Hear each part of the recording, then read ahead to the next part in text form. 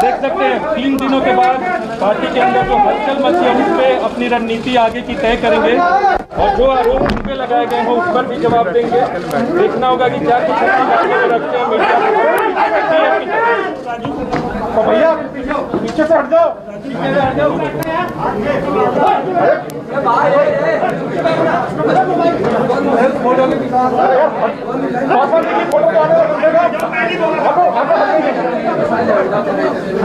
Corona का time है भैया, अगर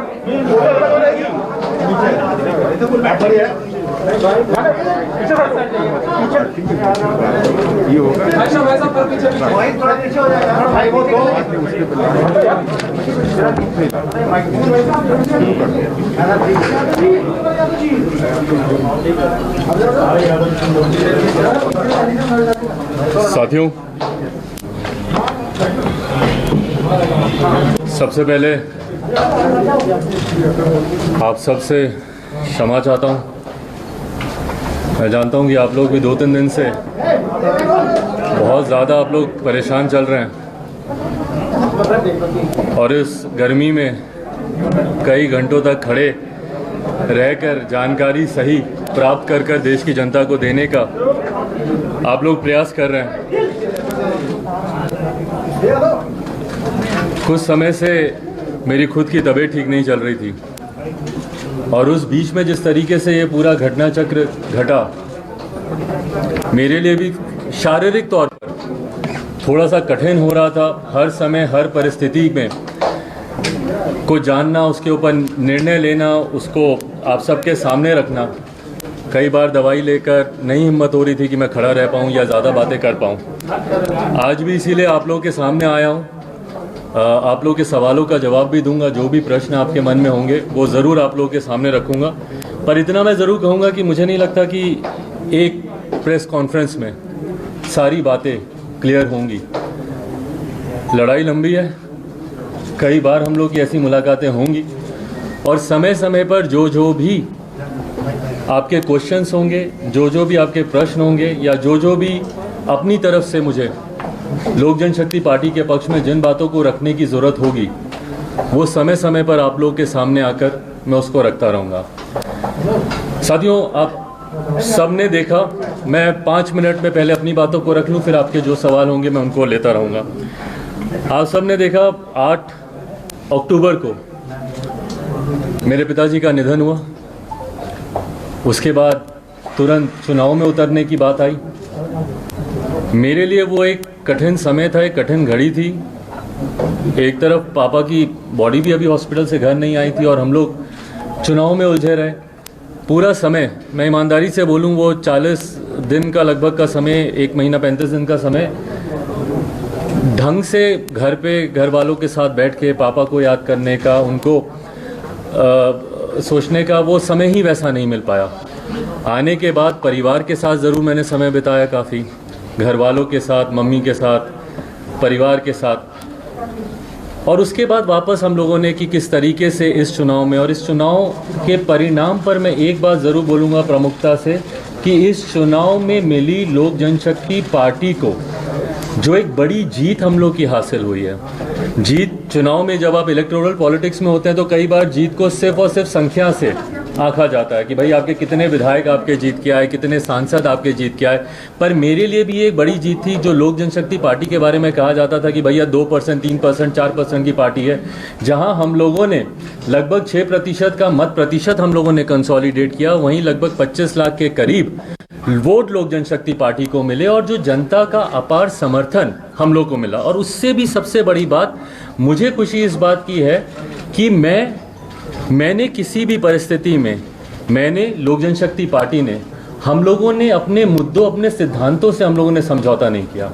आप सबसे भी उस वक्त मेरी मुलाकातें होती थी ऑन रिकॉर्ड, ऑफ रिकॉर्ड।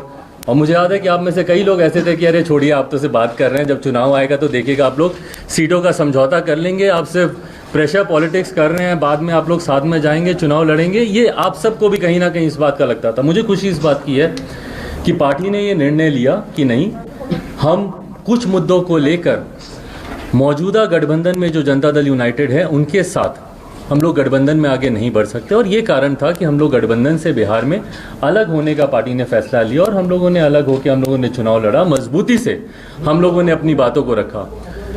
आज जब चुनाव खत्म हुए उसके बाद से कहीं ना कहीं निरंतर, और चुनाव के दौरान भी, चुनाव से पहले भी, मुझे याद है जब पापा अस्पताल में भी थे तो उस वक्त भी कई बार कुछ लोगों द्वारा और जनता दल यूनाइटेड के द्वारा खास तौर पर मेरी पार्टी लोक जनशक्ति पार्टी को तोड़ने का प्रयास निरंतर तब भी किया जा रहा था। मुझे याद है कि मेरी शायद पापा की जब आखिरी बार बात पार्टी के कुछ नेताओं से हुई थी जब वो आईसीयू में थे, तो उस वक्त भी जब उनकी बात हुई तो उन्होंने इसी बात को कहा कि क्यों मीडिया में इस तरीके की भ्रामक खबरें आती हैं। उनकी चाचा से भी बात हुई, चाचा को भी उन्होंने इसी बात के बारे में कहा कि क्यों बार बार ये खबरें आती हैं कि भाई पार्टी टूट रही है, पार्टी अलग हो रही है, इस तरह की जानकारी क्यों आती है।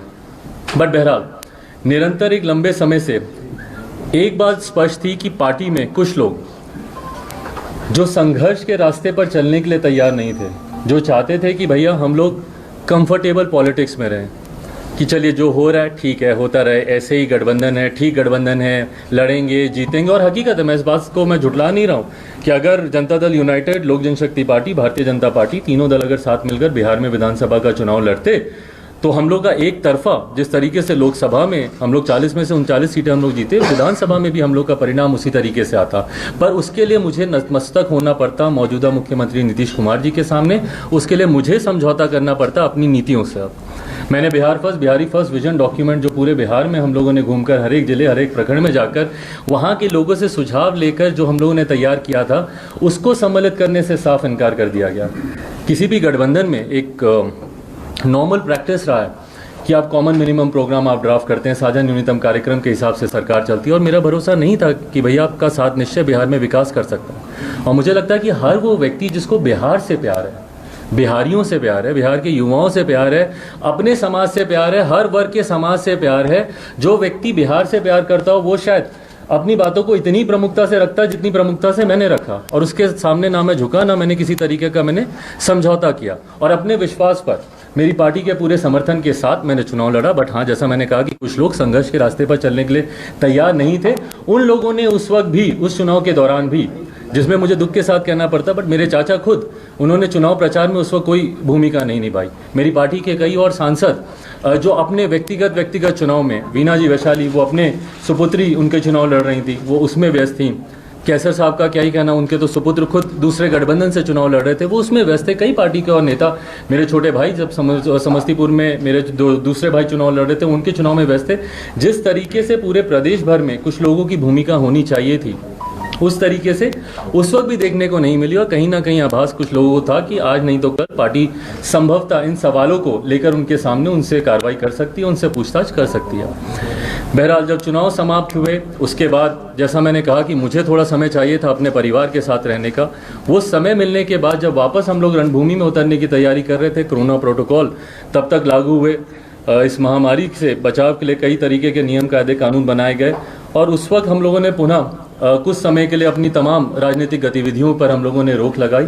और उसके फिर तुरंत बाद मुझे टाइफाइड हुआ, और संजोग ऐसा कि इस बार हालत इतनी ज़्यादा ख़राब हुई कि लगभग 40 दिन से ज़्यादा का समय मुझे लगा अपने आप को बेहतर स्थिति में लाने के लिए। अभी भी रिकवरिंग में ही हूँ, पूरी तरीके से रिकवर नहीं हो पाया हूँ, पर वो समय ज़रूर लगा। और तब तक दुख मुझे इस बात का है कि जब मैं बीमार था, जब मैं बिस्तर पे था, उस वक्त मेरे पीठ पीछे जिस तरीके से ये पूरा षड्यंत्र रचा गया, इस बात का मुझे दुख है कि अगर किसी को भी कोई भी तकलीफ होती, और जबकि मैंने निरंतर प्रयास किया अपने चाचा से संपर्क साधने का, उनसे बात करने का, चुनाव के बाद से लगातार मैंने कोशिश की कि मैं उनसे बात करूं, अगर किसी तरीके की कोई समस्या है या उनको अगर किसी तरीके की बातें मेरे सामने रखनी हो। और ये संपर्क नहीं होने के बाद, ये संवादहीनता आने के बाद, मैंने स्वतः अपनी तरफ से मैंने होली के दिन, क्योंकि वो दिन मेरे लिए एक कठिन दिन था, आप सब ने अनुभव किया कि जब पापा रहते थे तो किस तरीके से हम लोग घर पर होली मनाते थे, पर उस दिन ना सिर्फ पापा के नहीं रहने की वजह से ना सिर्फ होली फीकी थी, बल्कि उस दिन मेरे साथ परिवार के भी लोग नहीं थे, चाचा नहीं थे, कोई नहीं था। तो उस दिन मुझे वो अकेलेपन का एहसास हुआ, और उस दिन मैंने उनको पत्र लिखा, जो पत्र मैंने कल या परसों मैंने अपने ट्विटर हैंडल के माध्यम से आप सबके बीच साझा भी किया। और उस पत्र में भी अगर आप पढ़ेंगे तो अंत में मैंने यही लिखा कि कुछ भी है आप बात तो कीजिए, आके आप मुझे बुला लीजिए, जो भी आप अपनी बातों को रखिए। पिछले 2 दिन से जब ये घटना चक्र भी चल रहा था, मैं जानता हूं कि आप सब भी काफ़ी जानना चाह रहे थे कि भाई मैं क्या कहना चाह रहा हूँ, मेरा क्या पक्ष है। बट मैंने अपनी तरफ से अंत तक मैंने प्रयास किया कि पार्टी और परिवार दोनों को एकजुट करके रख सकूं। लास्ट तक मैंने कोशिश की। आपने देखा कल परसों चाचा के मैं घर भी गया, वहाँ पर जाकर भी मैंने कोशिश की। कल भी मैंने अंत तक, दोपहर तक, मम्मी खुद व्यक्तिगत तौर पर वो भी प्रयास कर रही थी चाचा से संपर्क साधने का। 10-15 दिन से वो अलग अलग माध्यम से उन्होंने भी कोशिश की कि उनसे बात करें। और परिवार की बात है, और मैंने एक बार पहले भी कहा था जब पारिवारिक एक और मसला आया था कि मैं बहुत ज़्यादा सहज महसूस नहीं करता हूँ परिवार की बातों को सार्वजनिक तौर पर करने के लिए।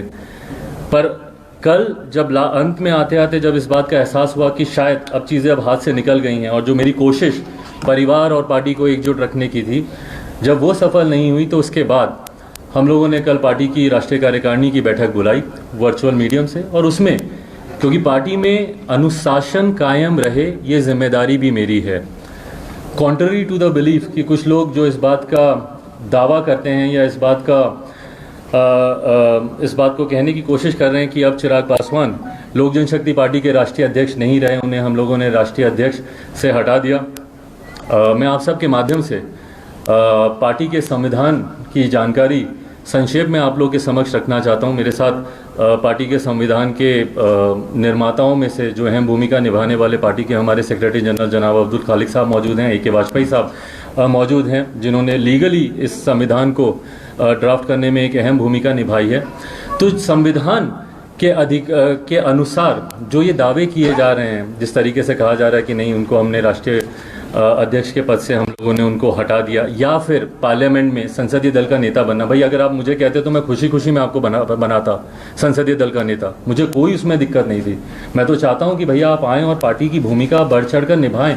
मैं चाहता हूं कि सदन में ज़्यादा से ज़्यादा हर एक विषय पर पापा ने जिस तरीके से विश्वास करके, जिस तरीके से संसदीय बोर्ड ने मुझ पर विश्वास रख के मुझे संसदीय दल का नेता बनाया था, मुझे खुशी है कि हर उस मुद्दे पर धारा 370 की बात हो, ट्रिपल तलाक की बात हो, जितने भी राम मंदिर की बात हो, जितने भी ऐसे मुद्दे हैं, निरंतर मजबूती से मैं सदन में अपनी बातों को मैं रखता रहा। मैं चाहूँगा कि भविष्य में भी ये रहे।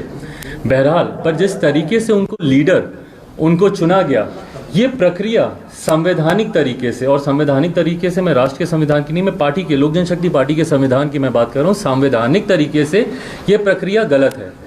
पार्टी का leader of the house parliament में या विधानसभा में या विधान परिषद में कौन होगा, इस बात का निर्णय सिर्फ और सिर्फ पार्लियामेंट्री बोर्ड ले सकता है। And in absence of parliamentary board, ये पूरी की पूरी power resides in the hand of the national president. राष्ट्रीय अध्यक्ष के पास ये पूरी पावर है इस बात को चुनने की। कौन आपका leader of the house parliament में होगा, लोक जनशक्ति पार्टी का संविधान इस बात की इजाज़त सिर्फ राष्ट्रीय अध्यक्ष या संसदीय बोर्ड के पास है। वहाँ पर मौजूदा जो सिटिंग मेंबर ऑफ पार्लियामेंट्स हैं, वो आपस में इस बात का निर्णय नहीं ले सकते, ये पार्टी का संविधान कहता है। बहरहाल, इसमें बहुत ज़्यादा डिटेल में नहीं जाते हुए, क्योंकि संभवतः आने वाले दिनों में शायद एक लंबी कानूनी लड़ाई भी हम लोग को लड़नी पड़े, वहाँ पर हम लोग इस बात को मजबूती से हम लोग रखेंगे। बट आज आप लोग की जानकारी में सिर्फ मैं इन बातों को देना चाह रहा हूँ कि जिस तरीके से पोर्ट्रे किया जा रहा है, मैं सामने इसलिए नहीं आ रहा था या अपनी बातों को, क्योंकि आज हम लोग दिन भर एक लंबे समय तक हम लोगों ने लीगल ओपिनियंस, क्या क्या इसमें कॉन्स्टिट्यूशन के आधार पर क्या क्या चीज़ें हैं, सुबह से लंबे समय से हम लोग की बैठकें चल रही थी, तमाम इन जानकारियों को हम लोग एक दूसरे के साथ हम लोग साझा कर रहे थे।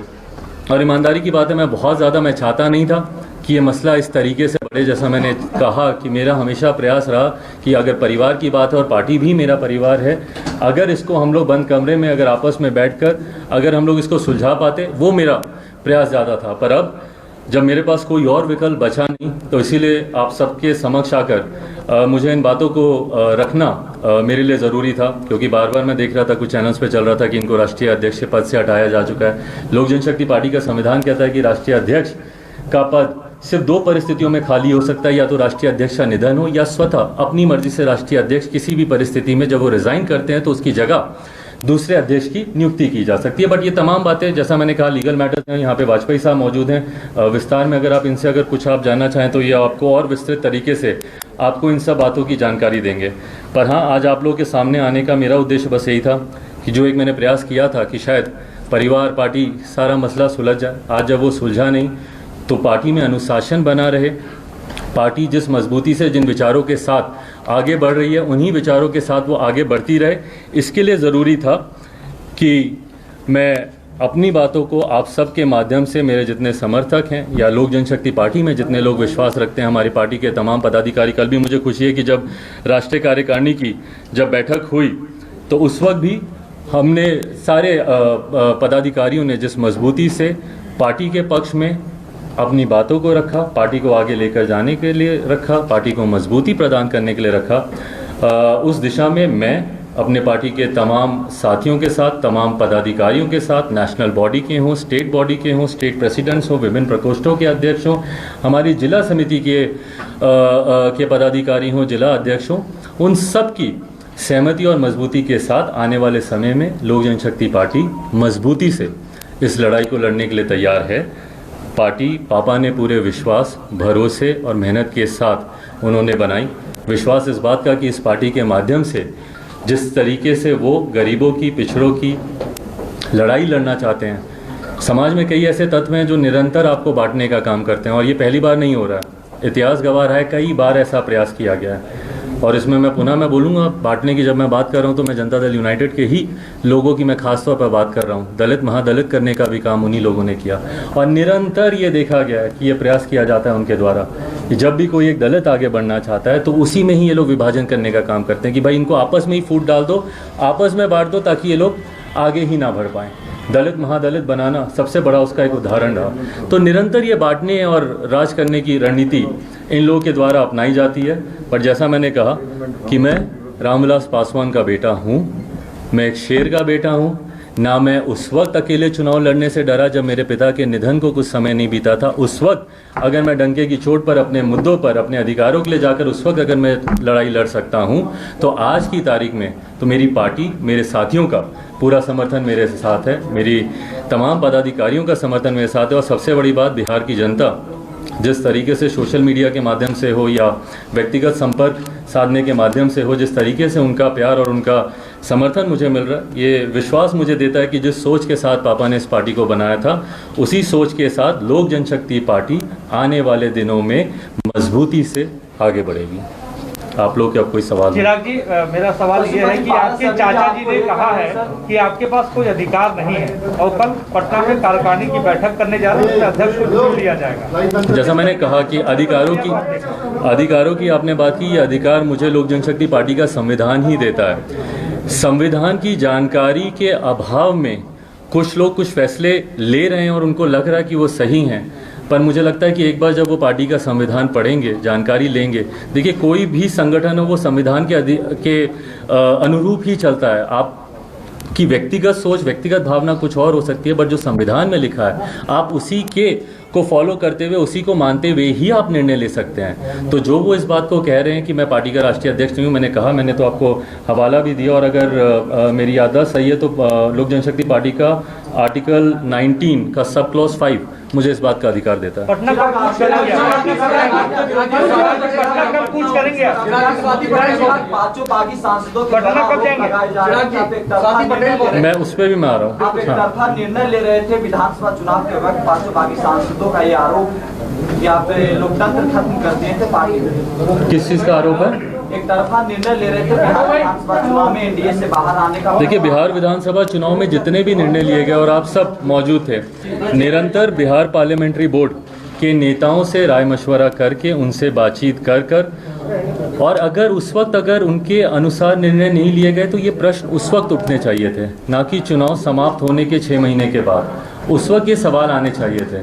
उस वक्त जो आपकी सहमति थी, उस वक्त आपको लगा कि शायद यही सही है, या जिस तरीके से पार्टी के तमाम पदाधिकारियों का, तमाम पार्टी के कैडर का जिस तरीके से उस वक्त उस निर्णय में उनका समर्थन था, तो अगर किसी को आपत्ति थी तो उस वक्त उनको आपत्ति रखनी चाहिए थी। जो कार्यकारिणी की बैठक बुलाई गई है, आपको क्या लगता है कि वो वैध है? और उस कार्यकारिणी की बैठक में क्या आपके भी समर्थक है या सिर्फ उन्हीं के समर्थक है?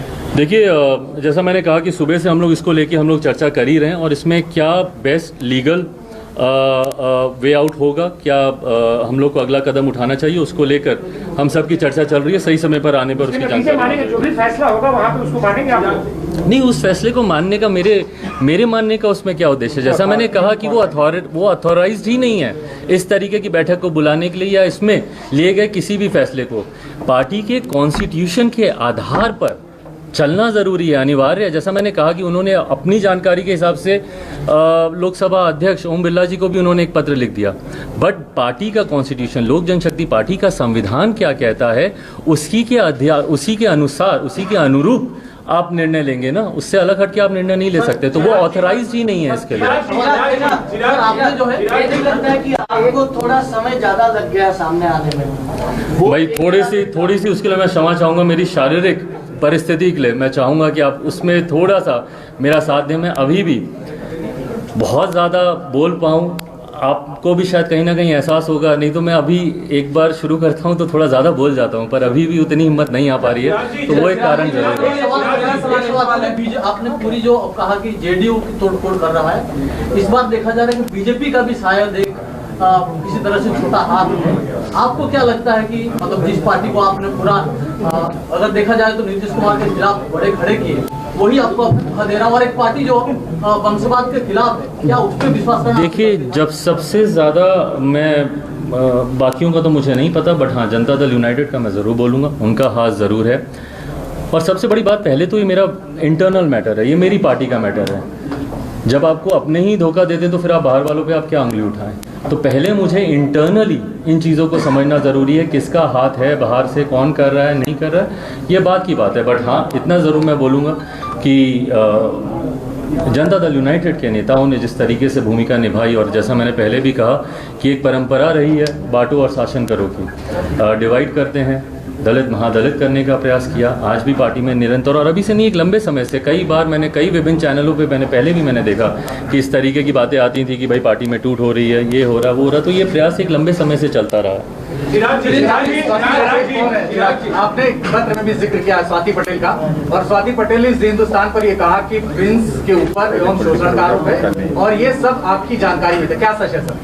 देखिए, मेरी जानकारी में ये विषय पहली बार, अगर मेरी याददाश्त सही है तो शायद 8 जनवरी के आसपास ये विषय मेरे संज्ञान में आया। उन्हीं के द्वारा एक लिखा हुआ पत्र मुझे दिया गया था, और उसमें उन्होंने कुछ बातों का उन्होंने जिक्र किया जो उनके साथ कुछ घटना घटी। जिस सांसद का उन्होंने जिक्र किया, मेरे भाई प्रिंस राज के बारे में उन्होंने कुछ बातों को कहा। जब मैंने उनसे, प्रिंस से जब मैंने इन बातों को जानना चाहा, तो उन्होंने एक दूसरा पहलू मेरे सामने रखा। उनका वर्जन टोटली डिफरेंट था, और जिस मोहतरमा ने इन बातों को कहा, उनका वर्जन टोटली डिफरेंट था दोनों का। उसके बाद मैंने प्रयास किया कि अगर दोनों आमने सामने बैठते हैं तो आमने सामने बैठकर अगर कोई कन्फ्यूजन है उसको सॉर्ट आउट किया जा सकता है। पर सामने बैठाने के बाद मुझे इस बात का एहसास हुआ कि वो जो बातें कह रही हैं और ये जो बातें कह रहे हैं, दोनों में ज़मीन आसमान का फ़र्क है, और दोनों के अपने अपने मजबूत पक्ष हैं। मैं इन्वेस्टिगेटिंग अथॉरिटी नहीं हूँ। उसके बाद मैंने दोनों को इसी बात का सुझाव दिया। मैंने कहा कि आप लोग पुलिस के पास जाएं, एफआईआर आप लोग दर्ज कराएं, और जो सही है, इन्वेस्टिगेशन का मैटर है, इन्वेस्टिगेट होगा। प्रिंस संभवतः शायद वो पुलिस के पास गए, उन्होंने अपनी एफआईआर दर्ज की, और उसके बाद उनसे मेरी कभी दोबारा मुलाकात नहीं हुई, तो मुझे उनका पक्ष नहीं पता कि उसके बाद उन्होंने क्या किया।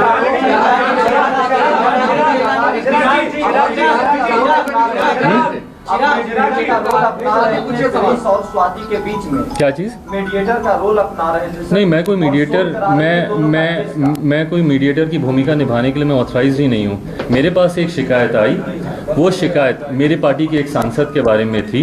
मैंने पार्टी के डिसिप्लिनरी कमेटी को भी इस बात की मैंने जानकारी दी, पर हाँ, समझ में आया कि ये मैटर लीगल विषय से जुड़ा हुआ है। इसमें पुलिस ही इन्वेस्टिगेट करके इसको सॉल्व कर सकती है। इसमें मेरी कहीं से कोई भूमिका नहीं है। कोशिश की थी, स्वाति ने आरोप लगाया कि डराने धमकाने की कोशिश की कि मुंह मत खोलना। बिल्कुल नहीं। मैंने तो खुद उनको पुलिस के पास जाने की मैंने बात की, तो मैं ऐसा क्यों कहूँगा? संभव ही नहीं। मैंने तो प्रिंस को भी मैंने बोला। चिराग, आपने चुनावों के दौरान खुद को हनुमान कहा था और देश के एक बड़े नेता को राम कहा था। इस वक्त जब हनुमान मुसीबत में है, तो क्या आप राम से मदद मांगे या किसी तरह की मदद की पेशकश की गई है? आपको लगता है कि मदद चाहिए? हनुमान को अगर मदद मांगनी पड़े राम से, तो फिर हनुमान काहे के और राम काहे के। चिराग जी चाचा ने सर चिराग जी आपको जो अध्यक्ष बनाया गया था पशुपति पारस जी ने उसी पे सवाल उठा दिया है कि कोई लिखा जो भी प्रस्ताव आता है और वो तो होता है ऐसे डॉक्यूमेंट्स नहीं है और साथ ही साथ मैंने कहा उसके प्रस्तावक कौन थे? जब मैं अध्यक्ष बना था तो उसके प्रस्तावक कौन थे? खुद वही थे, उन्होंने ही मेरे नाम को प्रपोज किया था और इसी जगह पर ये बैठक हुई थी, आप सब मौजूद थे और वो सारे डॉक्यूमेंट्स हम लोग के पास मौजूद हैं, जब जरूरत पड़ेगी सामने रख दिया एक चिराग व्यक्ति एक पद की उन्होंने बात की है, पार्टी संविधान में एक व्यक्ति एक पद का है। चिराग जी मेरा सवाल ये है कि आपने कहा कि जेडीयू की प्लानिंग पहले से थी और ये सबके नॉलेज में है, पत्रकारों को भी नॉलेज में है कि बिहार विधानसभा चुनाव के बाद नीतीश कुमार ने ये मन बना लिया था कि क्या करना है, आपके भी नॉलेज में था और पशुपति पारस ने जो स्टेप लिया वो बाकायदा आपने 4 पन्नों के लेटर में बता दिया है। आपको नहीं लगता है कि परिवार आगे आपको वक्त रहते एक्शन लेना चाहिए था पशुपति पारस पर? देखिए आपके पार्टी के विरोध में आवाज उठा रहे हैं। देखिए, जैसा मैंने कहा मेरे संस्कारों में नहीं है। पापा से मैंने इतना धैर्य और सबको साथ लेकर चलने की सोच मैंने उनसे सीखी है, तभी अंतिम तक मैंने प्रयास किया। उस दिन जब मैं उनके घर पे भी गया, उस दिन की अगर मैं बात बोलूँ, मैं ईमानदारी से, मैं शारीरिक तौर पर मेरी क्षमता उतनी नहीं थी कि मैं जाऊं और वहाँ पे वो कर सकूं, बट उसके बावजूद मैंने वो प्रयास किया। मैंने